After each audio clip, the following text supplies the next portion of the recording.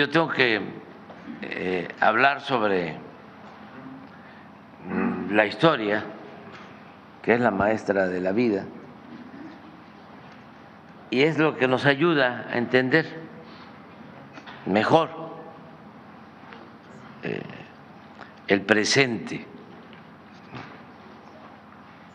porque no hay texto sin contexto y tampoco se puede saber sobre la realidad de hoy sin conocer el pasado, de dónde venimos.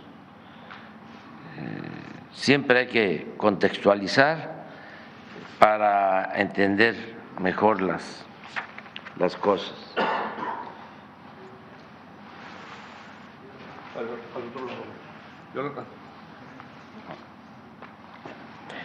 Ayer hablábamos de la importancia del movimiento que encabezó el presidente Francisco I. Madero, que ofreció su vida, por eso se le conoce como el apóstol de la democracia.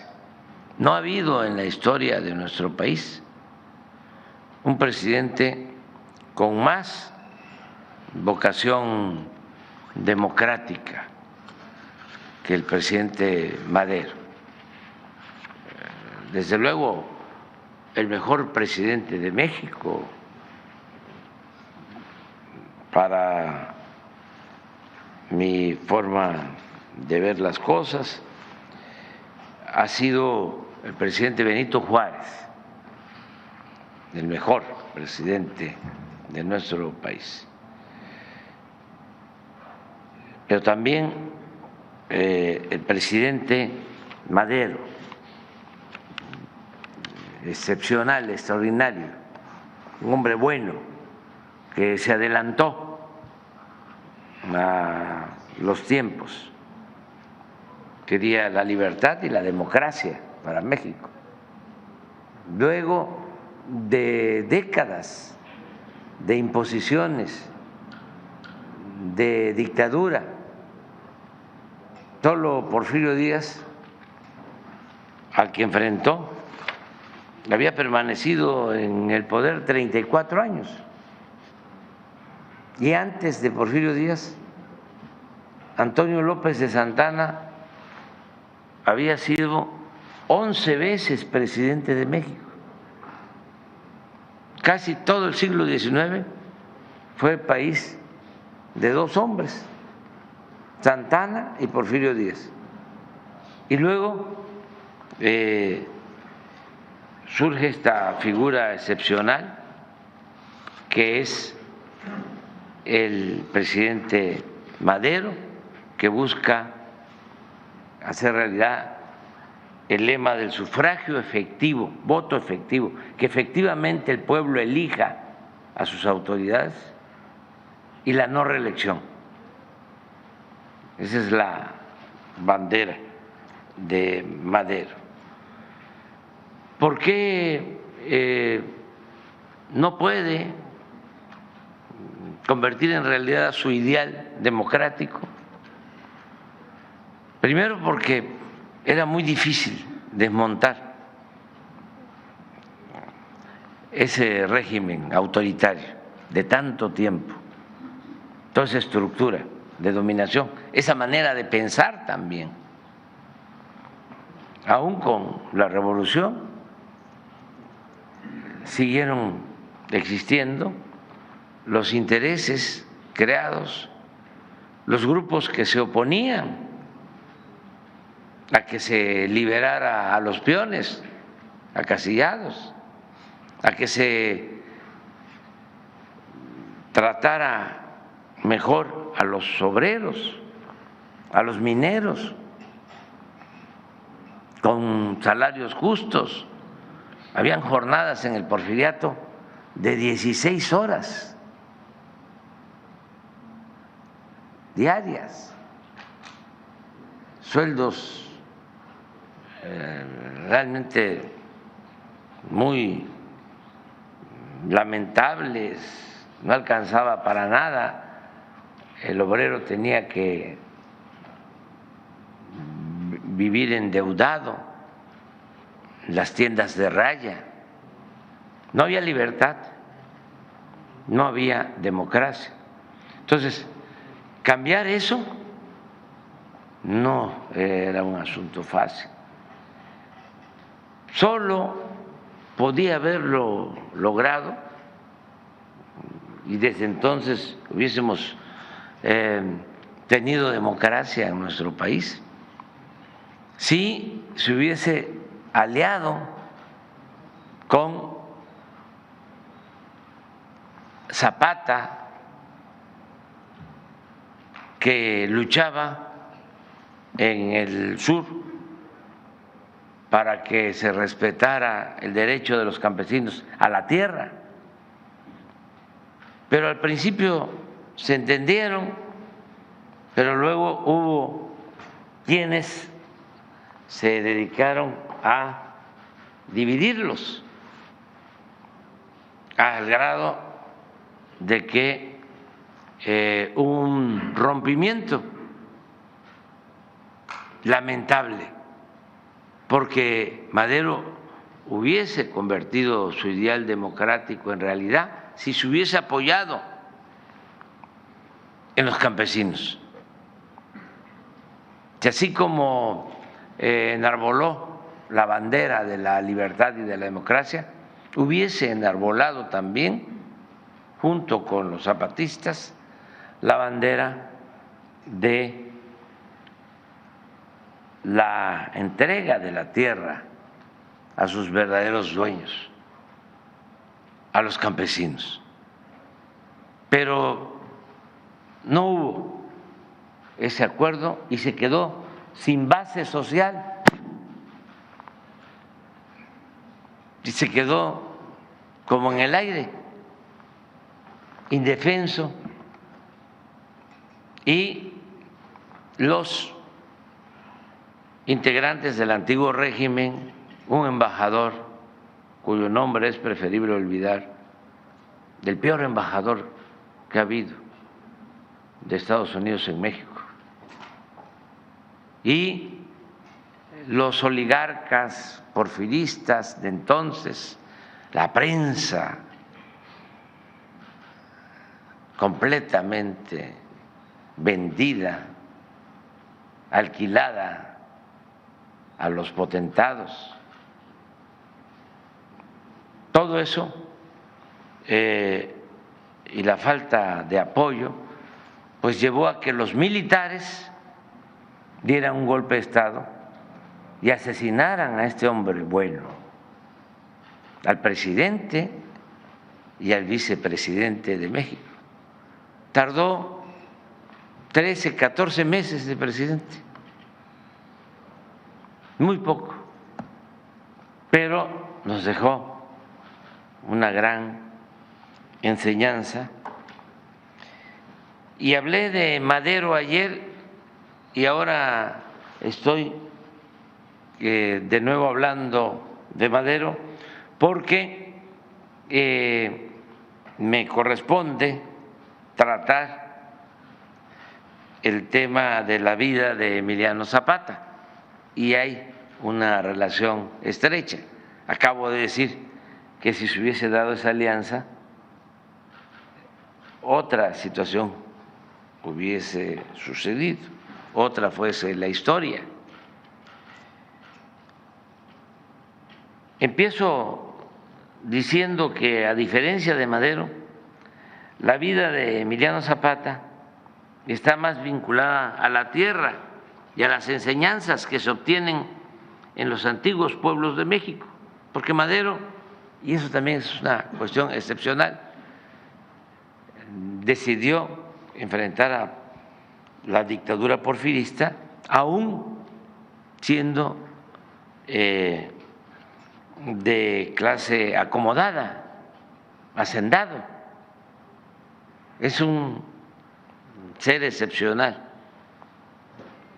porque toma conciencia, se prepara y era tan humano que se da cuenta de que se cometían muchas injusticias. Él se da cuenta, por ejemplo, y denuncia el exterminio a los pueblos yaquis y el exterminio a las comunidades indígenas, a pesar de su origen, de la alcurnia, de venir de familia acomodada, él asume la defensa de causas justas. Zapata está más vinculado a la tierra, a las enseñanzas que se obtienen en los antiguos pueblos de México. La historia del movimiento zapatista, aunque ha sido motivo de varios trabajos de investigación y de exhaustivas tesis, como la del historiador John Womack, se llama, el libro lo recomiendo a los jóvenes, Zapata y la Revolución Mexicana. Es una investigación de muchos años, de todos los archivos de los pueblos. Esta investigación de Womack y de otros. Pero toda esta historia podría resumirse solo contando lo sucedido en Anenecuilco, el pueblo natal de Zapata, un pueblo que también el 10 de abril, por ejemplo, que se recuerda el día en que asesinan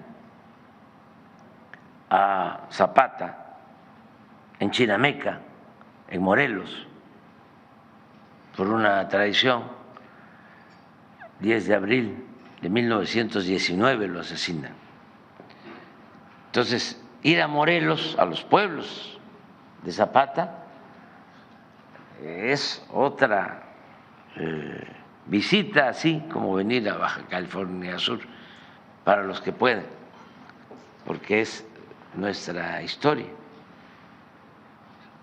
El que tiene posibilidad puede ir al extranjero, pero también es importante conocer México, porque es un gran país, que no quede la menor duda.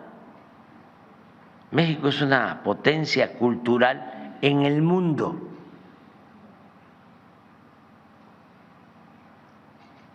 Casi es válido el dicho de que como México no hay dos.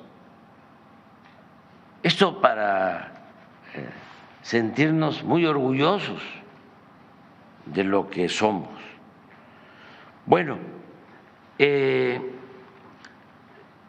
la historia del zapatismo se puede contar con lo sucedido en Anenecuilco, el pueblo natal de Zapata, uno de los muchos pueblos que padecieron la invasión de sus tierras por parte de hacendados porfiristas.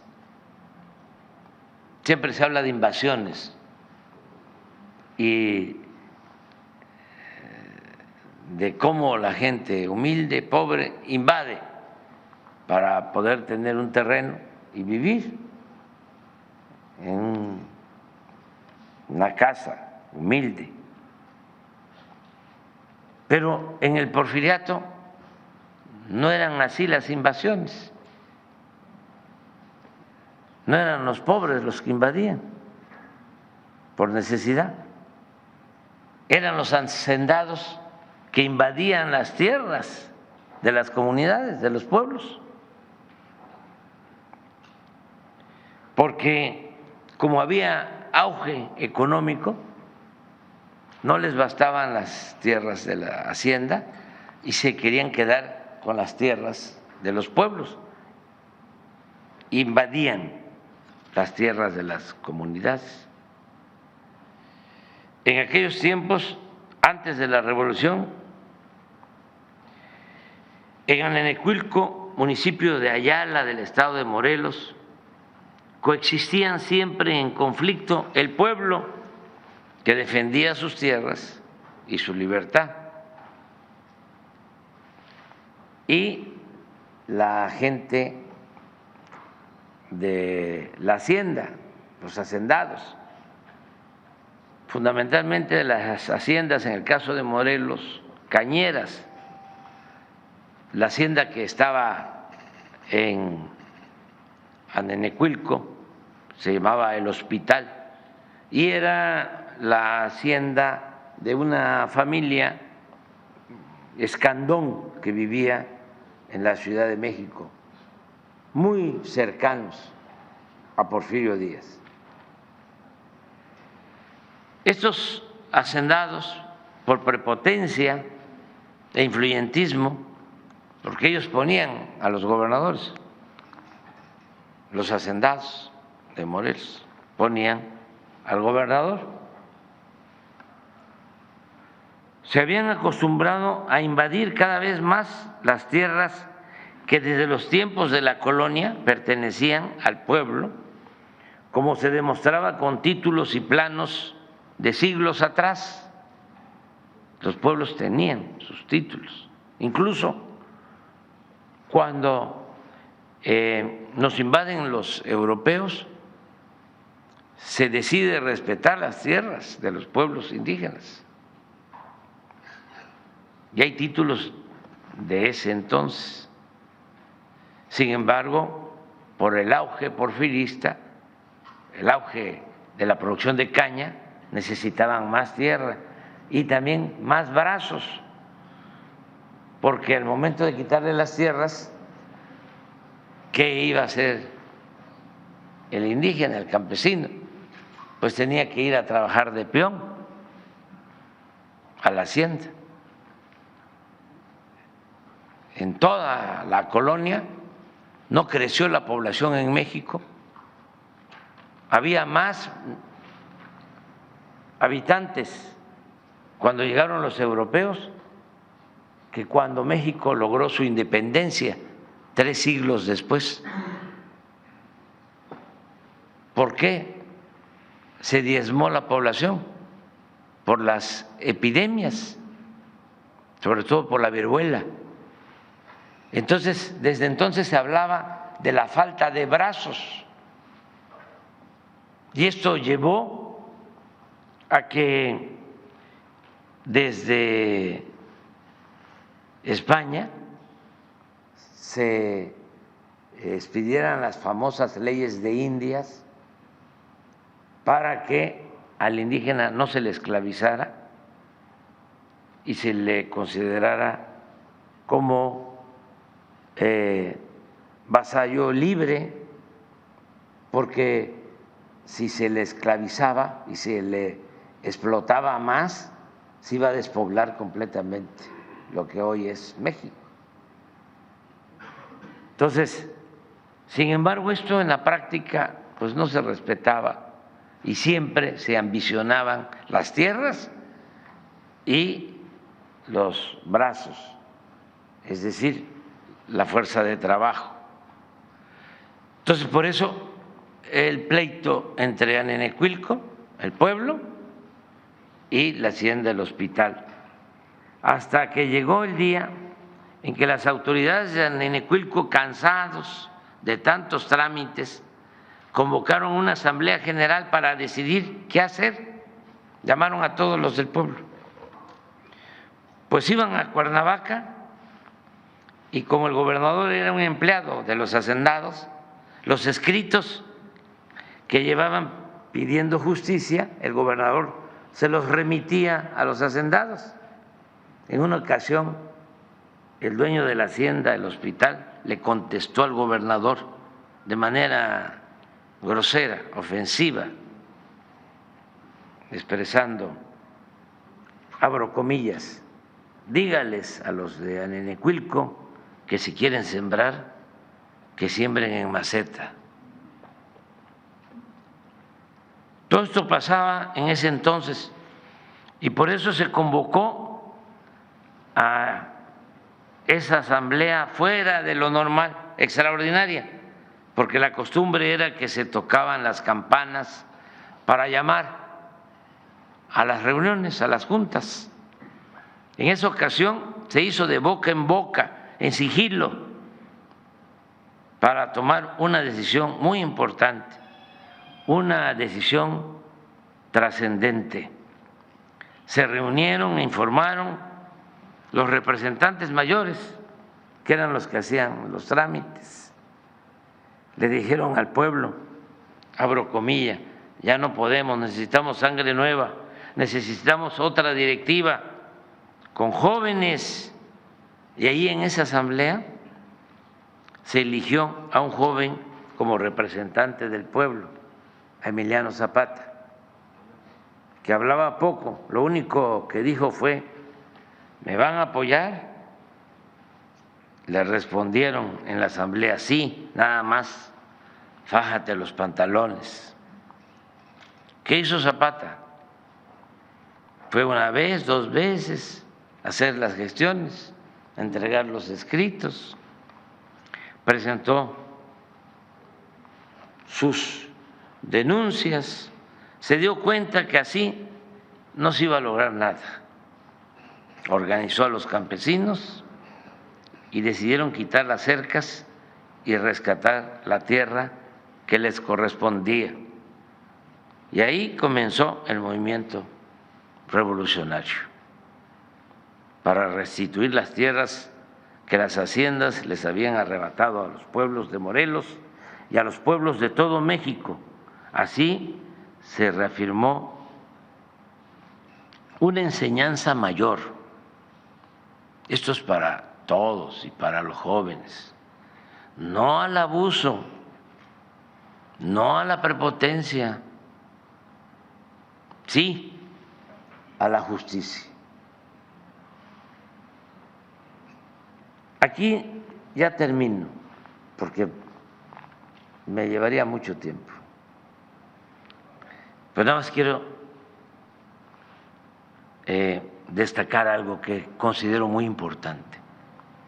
Aquí agrego un hecho histórico que demuestra cómo Zapata, al igual que muchos mexicanos, la mayoría de los mexicanos, hasta la fecha, encarnaba la honestidad.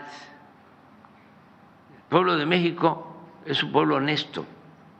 La mayor riqueza de México es la honestidad de su pueblo. Eso se heredó de la época prehispánica. La avaricia llegó con los invasores. La honestidad se practicaba, es parte de nuestra idiosincrasia, se practicaba de tiempo atrás en nuestro país, se sigue practicando. Resulta, y esa es la anécdota, que al inicio de la revolución, Zapata y Madero no solo fueron aliados, sino buenos amigos.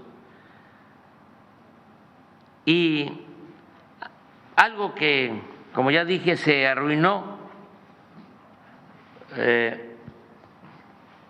relativamente pronto por la insidia, la mala fe y los intereses de políticos y militares del antiguo régimen, quienes terminaron por imponer su máxima de que Madero, decían los que no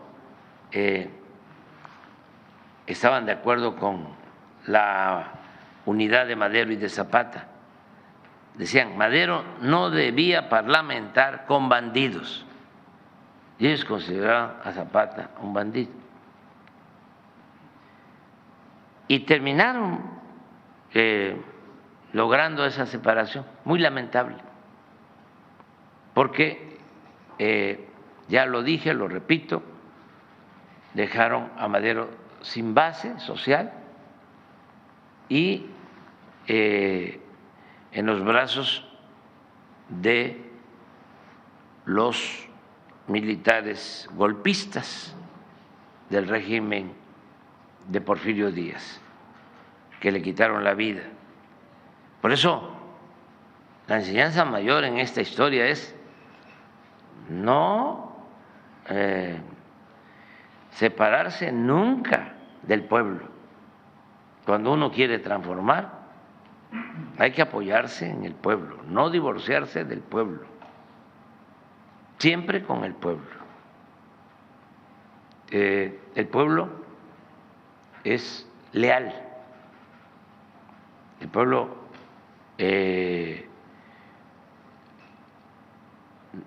no es como piensan algunos, malagradecido, no.